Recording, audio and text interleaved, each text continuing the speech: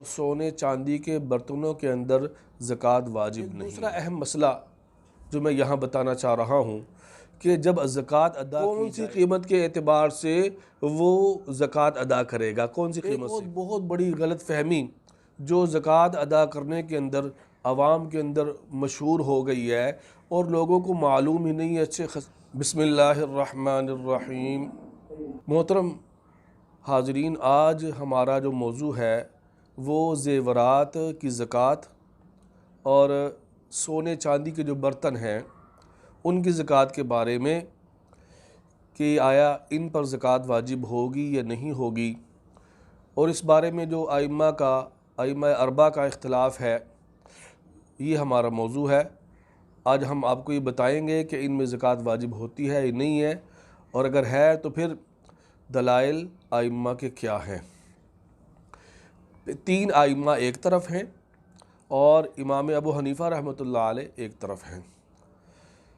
इमाम शाफ़ी रहमतुल्लाह अलैह, इमाम मालिक रहमतुल्लाह अलैह, इमाम अहमद बिन हम्बल रहमतुल्लाह अलैह ये फरमाते हैं कि ज़ेवरात के अंदर और सोने चांदी के बर्तनों के अंदर ज़कात वाजिब नहीं है। ये फरमाते हैं दलील के अंदर कि भाई चूँकि इस बारे में कोई सही हदीस नहीं है, सही और सरी हदीस नहीं है, इसलिए इनके अंदर ज़कात वाजिब नहीं है। इमाम आज़म अबू हनीफ़ा रहमतुल्लाह अलैह फरमाते हैं कि ज़ेवरात के अंदर और सोने चांदी के बर्तनों के अंदर, और इनसे मुराद वो सोने चांदी के बर्तन हैं जिनके अंदर ज़्यादातर सोना इस्तेमाल हुआ है, ज़्यादातर चांदी इस्तेमाल हुई है, तो वो मुराद हैं। तो फरमाते हैं कि इनके अंदर ज़कात वाजिब है, ज़ेवरात के अंदर भी और सोने चांदी के बर्तनों के अंदर भी ज़कात वाजिब है। और वो अपनी पहली दलील ये देते हैं, वो कहते हैं कि हमारे पास सही हदीस अबू दाऊद शरीफ के अंदर मौजूद है। हज़रत अमर बिन शुआइब अन अबीही अन जद्दीही कहते हैं कि वो फरमाते हैं कि हुजूर ये सफ़ा नंबर 218 और जिल्द नंबर 2 अबू दाऊद शरीफ में कि 2 औरतें हुजूर नबी करीम सल्लल्लाहु अलैहि वसल्लम के पास आईं और उन्होंने ज़ेवरात पहने हुए थे, कंगन पहने हुए थे सोने के। तो नबी अलैहिस्सलाम ने उनसे फ़रमाया, क्या तुमने इनकी ज़कात अदा की है? तो उन्होंने कहा नहीं। तो आप सल्लल्लाहु अलैहि वसल्लम ने फ़रमाया, क्या तुम पसंद करती हो कि तुम्हें जहन्नुम के कंगन, आग के कंगन इसकी जगह पहनाए जाएं? तो इससे मालूम हुआ कि ज़ेवरात के अंदर ज़कात वाजिब है। इसी तरह हज़रत आयशा रज़ी अल्लाह ताला अन्हा ने एक मरतबा सोने के कंगन पहने हुए थे, हुज़ूर नबी करीम सल्लल्लाहु अलैहि वसल्लम तशरीफ़ लाए, आपने फरमाया ये क्या? तो हज़रत आयशा ने फरमाया कि मैंने आपके लिए ये बनाव सिंगार किया है ताकि आपको अच्छा लगे, और औरत के लिए जायज़ भी है कि अपने शौहर के लिए बनाव सिंगार करे और करना भी चाहिए। आजकल अगरचे हमारे ज़माने के अंदर ये बात मफ़कूद है और औरतों के अंदर ये जज्बा ही नहीं रहा भाई कि वो शौहर घर आ रहा है तो मैं पहले से उसके लिए थोड़ा सा जो है ना वो ज़ेबो ज़ीनत इख्तियार कर लूँ। जैसे कैसी मैली कुचैली जो है ना वो आ जाती हैं शौहर के पास, वो इसका कोई जो है ना वो एहतमाम नहीं है। इसका शरीयत ने ख़ास तौर पर जो है ना हुक्म दिया है इसका कि जब शौहर के आने का वक्त हो जाए, काम काज से फारिग हो जाए, अपने आप को बनाव सिंगार कर ले अपना, और जो है ना वो ऐसी मैली कुचैली और जो है ना वो डाइन न बनी रहे। बात हो गई थी बाल भी बिखरे हुए हैं, और जो है इसलिए तो शरीयत ने हुक्म दिया कि जब रात को आओ तो पहले से घर इत्तला दे दो, पहले से घर इत्तला दो कि मैं आ रहा हूँ, ताकि फरमाया ताकि परागंदा बाल अपने बालों को संवार ले और अच्छी तरह तैयार हो जाए। इसलिए नबी अलैहिस्सलाम भी पहले मस्जिद के अंदर आके ठहरते थे और फिर घर के अंदर पैगाम देते थे कि हम आ गए। तो बहरहाल सोने के कंगन तो हज़रत आयशा ने फरमाया कि मैं आपके लिए तैयार हुई हूँ, आपके लिए तैयार हूँ। तो नबी अलैहिस्सलाम ने फरमाया, क्या तुमने इसकी ज़कात अदा की है? तो इससे भी मालूम हुआ कि ज़कात अदा करना ज़ेवरात की ज़रूरी है। बहरहाल अहनाफ के यहाँ वाजिब है, ज़रूरी है ज़ेवरात की ज़कात अदा करना और सोने चांदी के बर्तनों की ज़कात अदा करना ज़रूरी है, वाजिब है। अगर औरत की मिल्कियत के अंदर है तो औरत अदा करेगी, अगर शौहर की मिल्कियत के अंदर है तो शौहर अदा करेगा।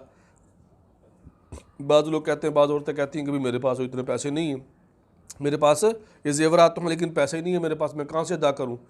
तो भाई वो उस सोने को बाज़ार में जाके बेचे। 10 तोले सोना है तो 1 तोला सोना बेच दे, कौन सी क़यामत आ जाएगी भाई? लेकिन आखिरत के एक बड़े अजाब से बच जाएगी। सयुतव्वक़ून मा बख़िलू बिही यौमल क़ियामह। तो बहरहाल अहनाफ के नज़दीक ज़ेवरात के अंदर और सोने चांदी के बर्तनों के अंदर ज़कात वाजिब है। एक दूसरा अहम मसला जो मैं यहाँ बताना चाह रहा हूँ कि जब ज़कात अदा की जाएगी तो फिर उसका मिसाल के तौर पर कीमत एक ख़रीद है, एक कीमत फ़रोख्त है। एक बेचने की, दुकानदार बेच रहा है, आज ये इतने का सोना बेच रहा है, 1,20,000 रुपया तोला, 1,20,000 का तोला है।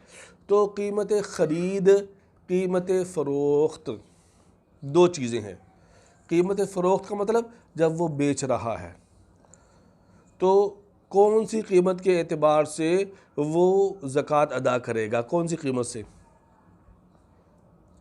तो कीमत फ़रोख्त के एतबार से ज़कात अदा होगी। ये भी मसला ज़हन में रख लें, कीमत फ़रोख्त के हिसाब से आप ज़कात अदा करेंगे। एक और बहुत बड़ी गलत फहमी जो ज़कात अदा करने के अंदर आवाम के अंदर मशहूर हो गई है और लोगों को मालूम ही नहीं है, अच्छे खासे पढ़े लिखे लोग भी और दीनदार नमाजी परहेज़गार भी इसके अंदर मुब्तला हैं।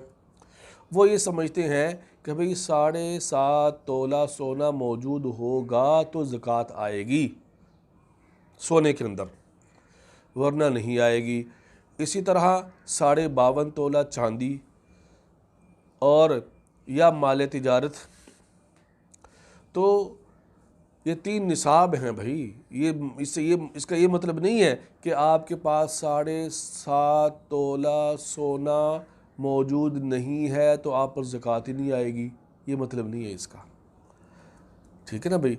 देखें, अगर आपके पास 1 लाख रुपया मौजूद है, 1,20,000 मौजूद है, 1,30,000 मौजूद है और आपके पास सोना 2 तोले रखा हुआ घर के अंदर, तो आप पर ज़कात वाजिब हो गई। ठीक है, मेरी बात समझ रहे ना भाई? आप पर ज़कात वाजिब हो गई।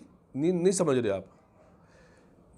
1,20,000 रुपया या 1 लाख रुपया आपके पास मौजूद है और 2 तोले सोना रखा हुआ है, ठीक है ना भाई? और आप क्या समझ रहे हैं कि 7.5 तोला होगा तो ज़कात आएगी? नहीं, आप पर इस सूरत में ज़कात आ गई। 2 तोले सोना है आपके पास और 1 लाख रुपया आपके पास मौजूद है और ज़रूरियात से ज़ायद है, तो आपके पर ज़कात वाजिब हो गई। क्यों? इसलिए कि ये जब आप इन दोनों को मिलाएंगे, सोना 2 तोले सोने की कीमत और 1 लाख, कितना हो गया?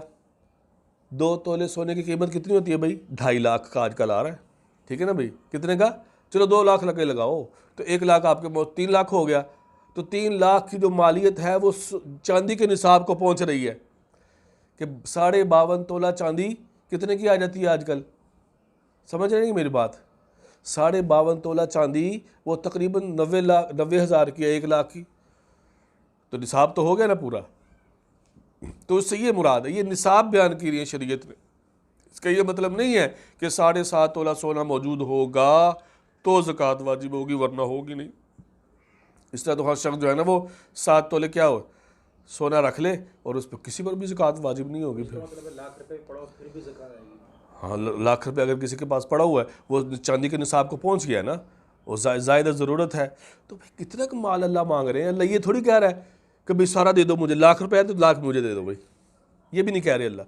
और ये भी नहीं कह रहे रोज़ाना दो, एक तो साल बाद अल्लाह मांग रहे हैं, वो भी 2,500, पूरे लाख में से 2,500, थोड़ी सी कीमत है भाई।